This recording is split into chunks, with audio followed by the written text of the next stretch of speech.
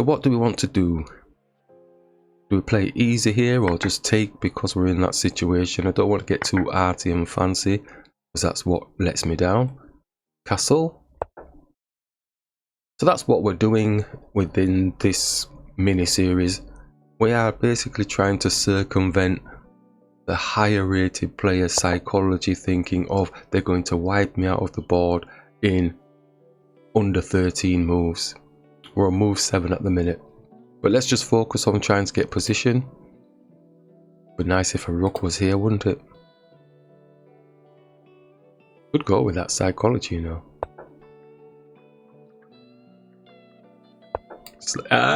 You did not falling for it. Oh dear, that must have been too obvious. Knight's going to get a bishop off the board, so let's go with that.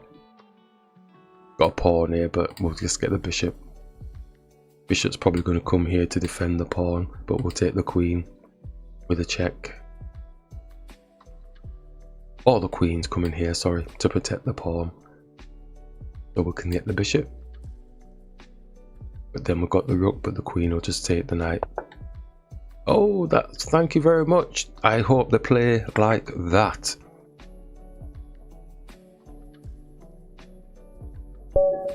Thank you very much.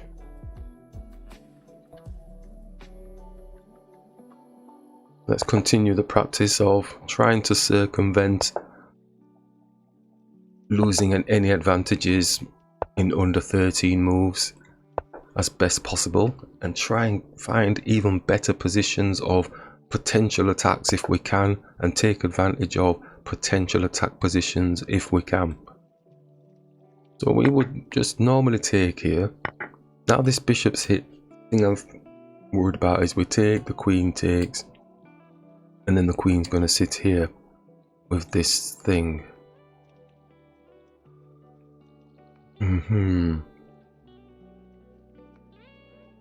My safe way is going like this. Not the fancy way is going here, attacking the bishop. But I just feel it's too dancey and arty doing that. This one to stop the pawn from dropping so I can get the knight up. That one just attacking the bishop, trying to win a tempo. His knight is in the centre. Bishop is going to do what? It could just go here. And then I feel like I've wasted my time putting the knight there because the pawn's just going to dance it around. They move, we dance their knight around, but where we're dancing it to? Probably to a decent position. So it does get a bit funky when you start dancing the knight around. Put the bishop here. You can still just move, just protecting. This one doesn't stop it from going there because you can take it there. I think they're just going to drop back. I think we're considering doing this. And then from there it's just knight chasing, isn't it? Whilst you're not developing any other pieces, not getting castled. I'm just trying to do something different because I'm annoyed with this one when it comes here and the queen's here and it's looking at this stuff. So they have done that, so we're going to hit the knight like we said. This is something new, this is fresh. I don't like it because we're not getting to do it. Oh no, what is this? We're not getting to develop our pieces. Now I can't go and castle. Can't take the knight off the board in any way, shape. And it's escaping. And the queen's probably coming down. No, not yet. Queen's not coming there, it'll get taken. Bishop, oh, you have got to be joking me. And now it can move anywhere, it's got a check on my king. We'll just take this though for free. Just glad to see they've made a mistake. Maybe that was not a good move anyway, taking the pawn with the knight.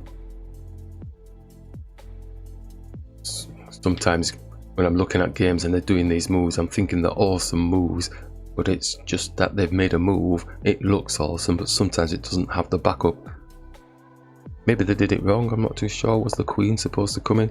Queen's in, attacking the knight. Yeah, look, it's all over the shop is this game. We take and his queen gets a check on our king. Ay, ay, ay, ay, ay. Knight could go there, queen takes the pawn, bishop comes here. Bishop takes the pawn.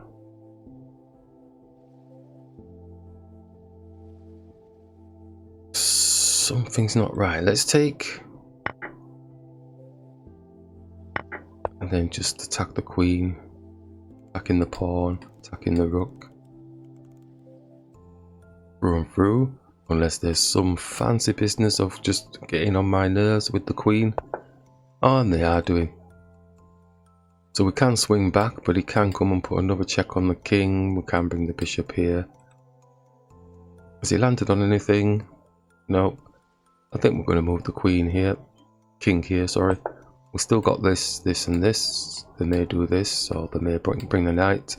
Or they may come and put another check on, attacking the bishop. Still got this pawn to take. Oh, they're doing exactly what we've said. So now we are plus something. So let's see if we can trade the queen off them. And I want to maybe keep that diagonal. I'm probably going to drop the pawn, because we'll be getting the rook if we get in there, and his bishop's under attack. One scrappy game of chess. Okay, so we get the bishop. Take. What other situation have we got then? Let's try and get this bishop out. Maybe sit it in the center here, and then get the rook out. This pawn first. Right, it's coming down. Let's just push this pawn first, and there's no open files, is there? Half open. There's one opposite this king here, so we may as well do this and go for this little bit of bundle of joy.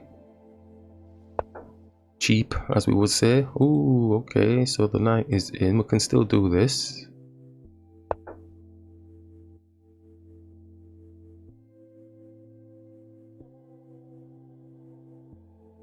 Knight jumps here, protecting.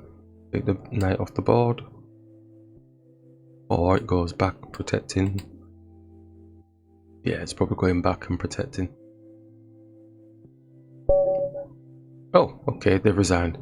Alright, that was so scrappy, it was unreal. It's the scrappiest game I've done recently. Let's just have a look and see. 0.7 plus for whites. Then plus 1.6 with this pawn push. And then minus 0.7 with the knight taking the pawn. Minus 0.8. Oh, and then it's minus 4.7.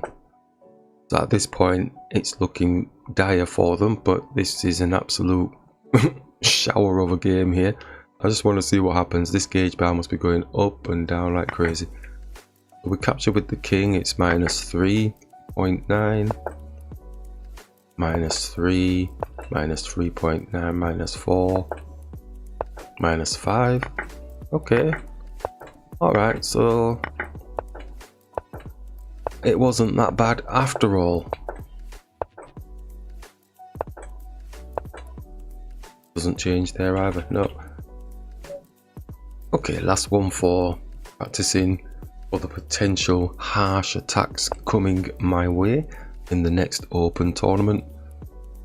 I am believing they're going to come in a little bit stronger at me, because the community is not that big in terms of who's attending what sort of tournaments. If they see my face again, they know I'm going in the open tournament, and they're really going to give it to me. That's what I'm feeling. Practicing some strong games, some strange games, to try and get out, you know, get past the 13 move mark at least, just to feel a little bit comfortable. But any positions that I'm getting, trying to find the better move. I like doing this, it just stops this fried thing. Potentially, anyway.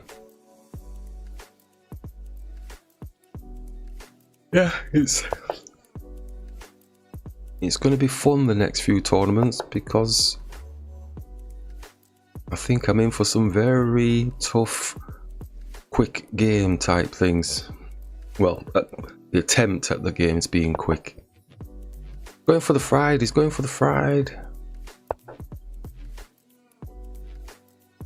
And you know, it's not to say the fried liver doesn't work, you know, because you at the end of the day, you've given up 2 pieces for a main piece. Yes, we do have more pieces, but they have 2 killer pieces, which are the rooks, but they have to be in the game early on. So if the opponent gets those pieces working early on and gets their pieces working together as a team early on, then there is a benefit to doing the fried liver. They're not actually going for it. Does this give us an opportunity to say, well, ask the question, what's your knight doing? Or do we have any of this? Blocking the attempt. If we block the attempt, maybe the pawn takes, then the knight takes.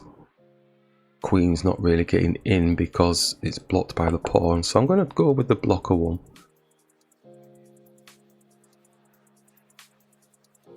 So if we'd attacked, he could just jump there. The bishop's not open and ready to take it yet.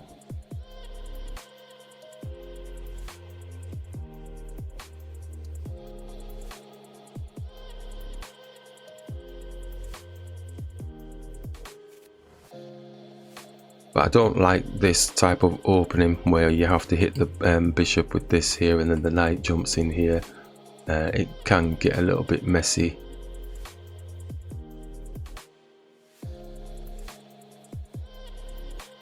So if I was over the board, I probably wouldn't do it, but it might be the better move to make based on the rationale I've just given myself.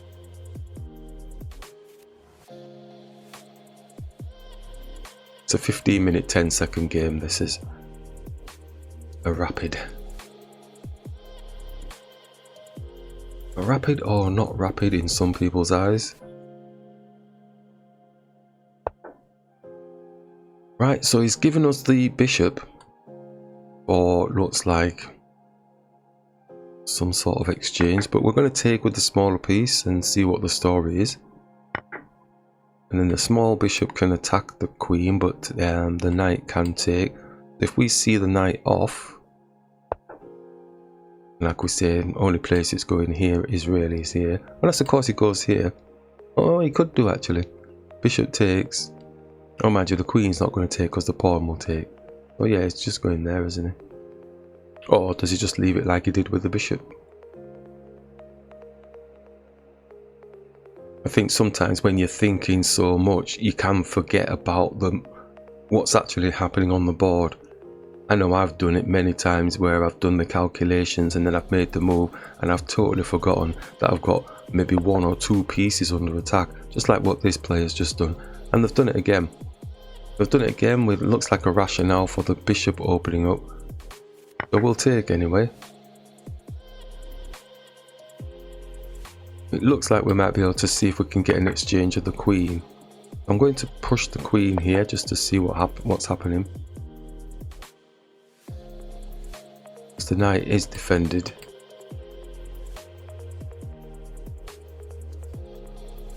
So this opponent's done the same thing twice.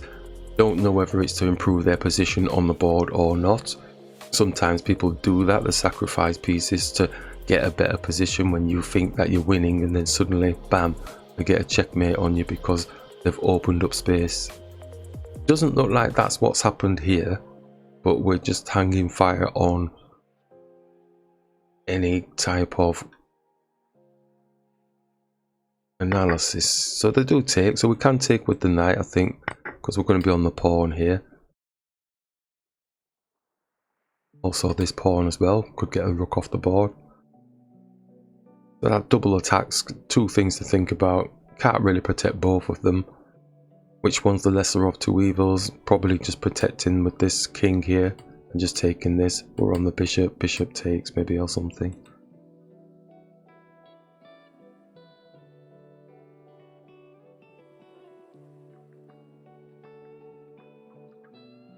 So I'm right looking forward to the over the board games in the tournaments.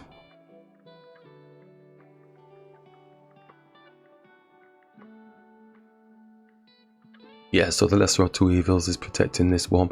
But he does lose. After all of that positioning and everything, it probably would have been better bringing the king here. Because we're going to get a fork now and get the bishop for free. That's a shame. I would hope that the over the board games were as nice as these games that we've just played just now, but that's not going to happen. That's not the reality. And I have played some tough games yesterday, day before as well, so I've not just flown through the games. I've just got a bit lucky today in this session.